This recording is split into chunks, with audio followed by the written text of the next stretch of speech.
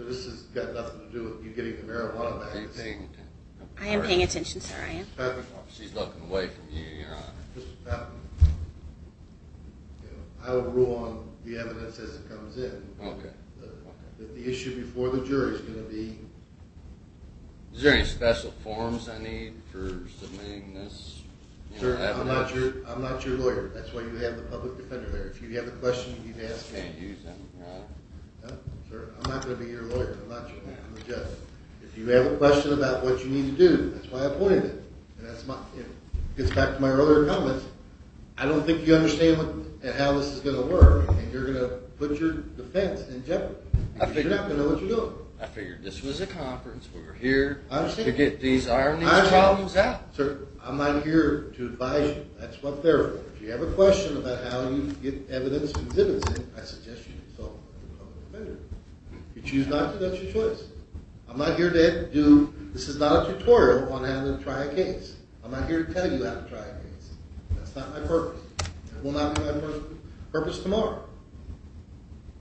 Which is, again, back to my earlier comments about the predicament you may be putting yourself in from that jury. And I'm laying it out for you. Yeah, I'm just going to tell you this. She's made a comment the last court appearance that I was being a problem and that she wouldn't, work out a deal. Well, I'm not a problem. She's offered you a $100 fine, which pretty much anymore is a typical recommendation of possession of marijuana. And you're free to accept it. You're free to reject it. The range of punishment that the jury will be able to give is up to 12 months in jail, $500 fine. She's offered you a $100 fine. So when you go to trial tomorrow, you're taking the chance that a jury could give you up to 12 months in jail. For practicing my religion. Mr. Pappy, I'm not going to get into that. There's no recognized religion in this country. The courts have recognized that allows you to smoke marijuana. Yes, Your Honor, there it is. Not in Kentucky. U.S. government did it for the Rastafarians, they're in Guam, which is a province of United States. And then they do for one, they got to do for all. But Mr. Pappy, I'm not going to get into this discussion with you. The laws of the state of Kentucky is that it's illegal to smoke marijuana. Let's change the laws, Your Honor. Sir, I don't have that authority to change the law. You don't have change the law. You need to go to. You're a judge. Well, if I had all the power that all the people thought I had, I'd be king, but I don't.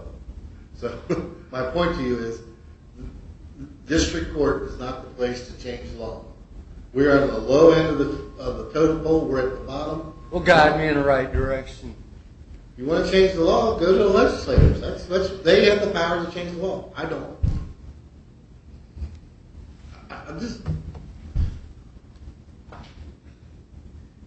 So you're not a party to this conversation. You're not a party to the. Oh, he was raising his hand.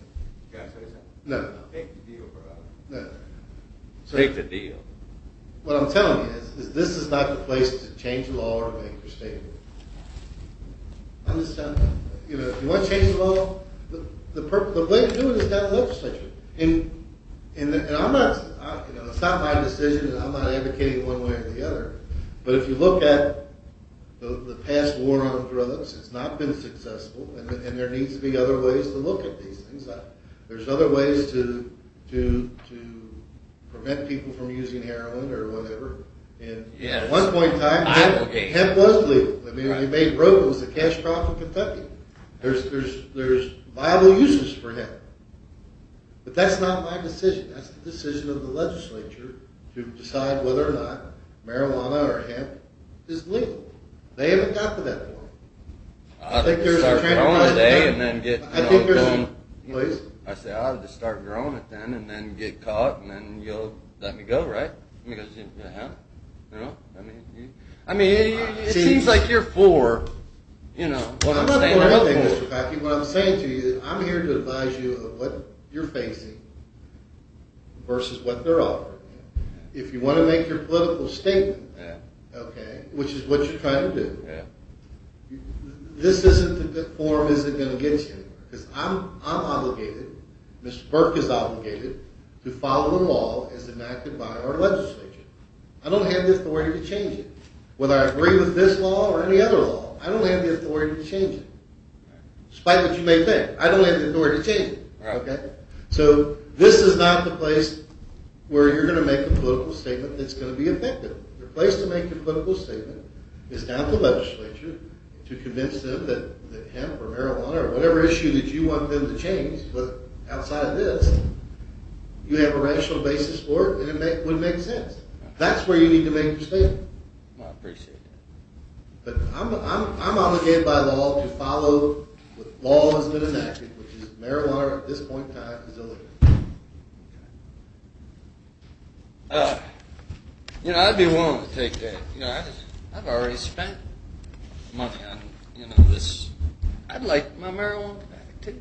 You can get it back. Commonwealth can't return the marijuana. All right. Well, how about drop? The fine I've already spent. That's the minimum fine, sir. That's minimum I'm not fine. dropping it. Well, do something about the fine, but do something about the money situation. I've already spent $153, and then you wanted to start, Sir, direct your comments to the court. And that's her offer. If you want to accept it or not.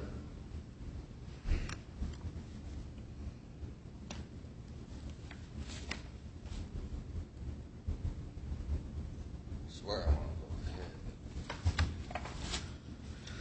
Drop the fine. Sir, direct your comments That's, to the court. that's as low as you can go. It's got, As low as the other thing would be days in jail or okay. And now I'm thinking one back, right? Yeah. I wouldn't think so.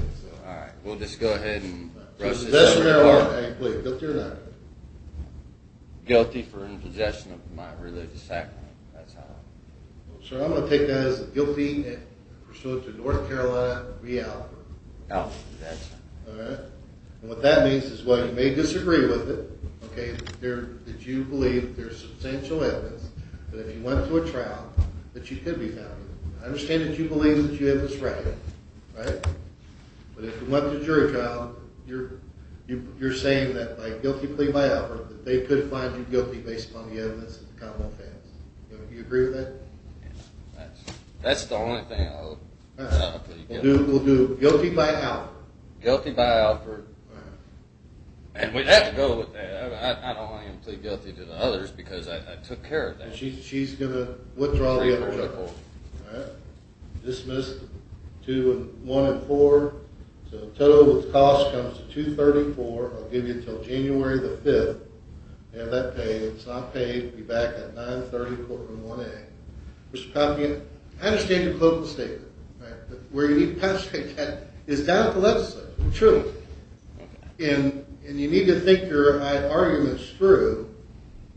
I don't think the religious one's going to get you too far. I think your better arguments are going to be that it's cheaper to enforce through taxes. It's cheaper to enforce in other ways rather than criminalizing. Have you ever seen those tax stamps, Sean? I've seen them before, but it's got nothing to do with the. I just don't see how you can pay taxes on something and then be charged with the crime after. That's how they got Al Capone. Oh. Okay. Alcohol was illegal, and he made money on it, even though it was illegal, and they put him in prison for not paying his taxes.